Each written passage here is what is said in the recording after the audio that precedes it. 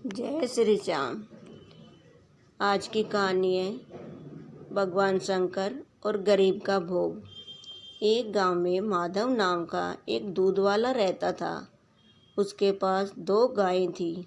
वह हर सुबह उनका दूध निकालता और पूरे गांव में घूम घूम कर दूध बेचा करता था। माधव का हर रोज का नियम था कि दूध बेचने के बाद उसके पास जो भी दूध बचता उसे माधव रास्ते में शिवजी के मंदिर में शिवलिंग पर चढ़ा देता था। उसका दोस्त राजेश हर रोज उसे ऐसा करते हुए देखता था। एक दिन उसके मित्र राजेश ने उससे पूछा कि तू इतनी मेहनत से पूरे गांव में दूध बेचता है, फिर जो दूध बच जाता है उसे शिवलिंग पर क्यों चढ़ा देता है? बाकी लोग तो थोड़ा सा दूध पानी में मिलाकर शिवलिंग पर चढ़ाते हैं। तुम भी बाकी बचे हुए दूध का दही, पनीर और घी बनाकर बाजार में बेचा करो। इससे तुम्हें बहुत फायदा होगा। माधव ने कहा, राजेश, मैं पूजा पाठ नहीं जानता। मैं तो भोले बाबा की भक्ति करता हूँ। मैं अनाथ हूँ। इन्हें अपना पिता मानता हूँ, इसलिए इन्हें दूध चढ़ाकर इनकी सेवा करता हूँ। भोलेनाथ की दया से मेरी गुजर बसर अच्छे से हो जाती है। राजेश उसे बहुत समझाता है, लेकिन वह नहीं मानता और हर दिन बचा हुआ दूध शिवलिंग पर चढ़ा देता है। एक दिन वह शिवलिंग पर दूध चढ़ा रहा था, तभी मंदिर के पुजारी ने कहा, बेटा, हर दिन तू महादेव का अभिषेक दूध से करता है। तेरी क्या मनोकामना है जिसके लिए तू ये सब कर रहा है? माधव ने कहा, मुझे भोलेनाथ से कुछ नहीं चाहिए।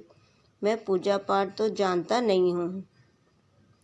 मैंने कुछ लोगों को पानी में दूध मिलाकर चढ़ाते देखा तो मुझे लगा कि भोलेनाथ पानी मिला दूध पीकर कमज़ोर ना हो जाए, इसलिए मैं इन्हें शुद्ध दूध चढ़ा देता हूँ। ये सुनकर पुजारी बाबा हंसने लगे।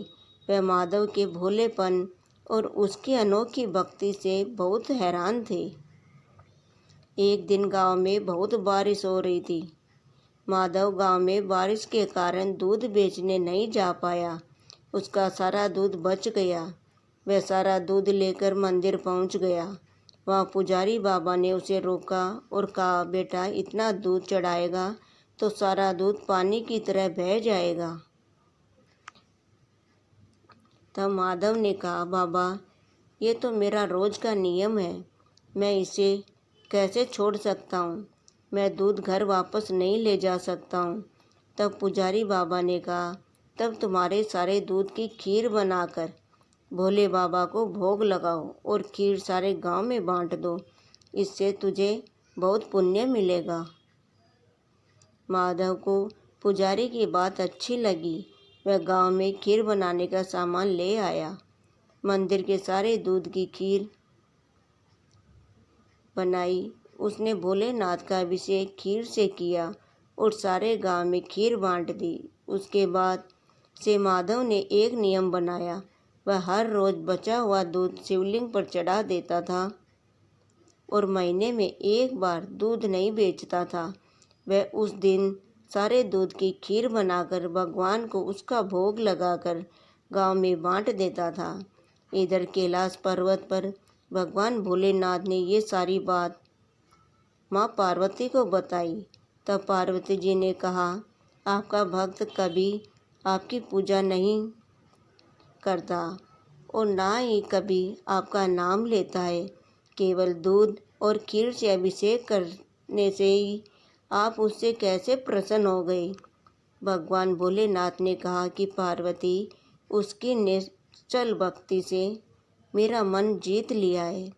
इस संसार में हर कोई मेरी भक्ति और पूजा किसी कामना से करता है, लेकिन मेरा यह भक्त मुझे अपने पिता मानकर मेरी पूजा करता है और ये मेरी चिंता करता है कि कहीं मैं पानी मिले दूध से कमज़ोर ना हो जाऊं, इसलिए ये मेरा अभिषेक शुद्ध दूध से करता है। पार्वती ने कहा, महाराज, तब मैं इसकी परीक्षा लेनी चाहिए।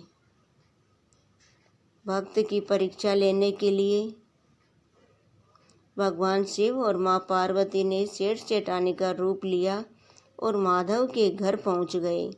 भगवान शिव ने माधव से कहा, दूध वाले, हम तुमसे हर दिन सारा दूध दुगने दाम पर खरीद लेंगे और दूध बेचने के लिए तुम्हें पूरे गांव में भागना भी नहीं पड़ेगा। हमारे नौकर यहीं से दूध ले जाएंगे और यहीं तुम्हें उसका मूल्य दे देंगे। ये सुनकर माधव ने कहा, ठीक है सेठ जी, लेकिन मैं तुम्हें सारा दूध नहीं दे सकता। मेरी गाय जितना दूध देगी उसमें से थोड़ा दूध मैं भोलेनाथ के अभिषेक के लिए रखूँगा, बाकी आप चाहे तो खरीद सकते हैं। तब पार्वती जी ने कहा, हमें तो बहुत सारा दूध चाहिए, इसलिए सारा दूध दे दो, भले ही दाम 4 गुना ले लो। माधव बोला, नहीं, मैं अपने भोलेनाथ को भूखा नहीं रख सकता। तुम्हें दूध लेना हो तो लो, नहीं तो चले जाओ।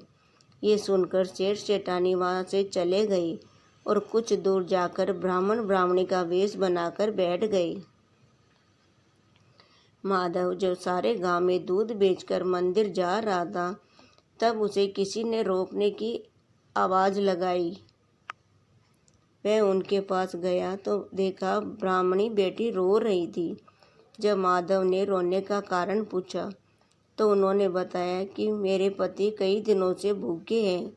माधव ने अपना सारा दूध उनको दे दिया। उन्होंने सारा दूध पी लिया। उसके बाद ब्राह्मण ने पूछा, भाई, तुम ये दूध लेकर कहाँ जा रहे थे? तब माधव ने मंदिर में अभिषेक की बात बताई। ब्राह्मण ने कहा, तुमने अपना नियम क्यों तोड़ दिया? तब माधव ने कहा, भगवान भोलेनाथ मेरे पिता है, आप भी उन्हीं की संतान हैं। एक पिता स्वयं भूखा रह सकते हैं, लेकिन अपनी संतान को भूखा नहीं रख सकते। भगवान शिव का क्रोध में सह लूँगा। तभी भगवान शिव और माता पार्वती अपने असली रूप में प्रकट हो गई। महादेव को देखकर माधव उनके चरणों में गिर पड़ा। महादेव ने कहा कि मैं तुम्हारी सच्ची भक्ति से बहुत प्रसन्न हूँ, मुझसे कोई वरदान मांगो। माधव बोला, प्रभु, मुझे कुछ नहीं चाहिए, मैं तो केवल आपके चरणों में रहना चाहता हूँ, बस अपनी भक्ति मुझे दे दीजिए। भगवान शिव ने कहा, तुम इस संसार में रहकर मेरी भक्ति करते रहोगे और मरने पर तुम्हें मोक्ष की प्राप्ति होगी। ये कहकर भगवान शिव और माता पार्वती अंतर्ध्यान हो गई। तो दोस्तों, आपको ये कहानी कैसी लगी हमें कमेंट करके बताइए और वीडियो को लाइक करें।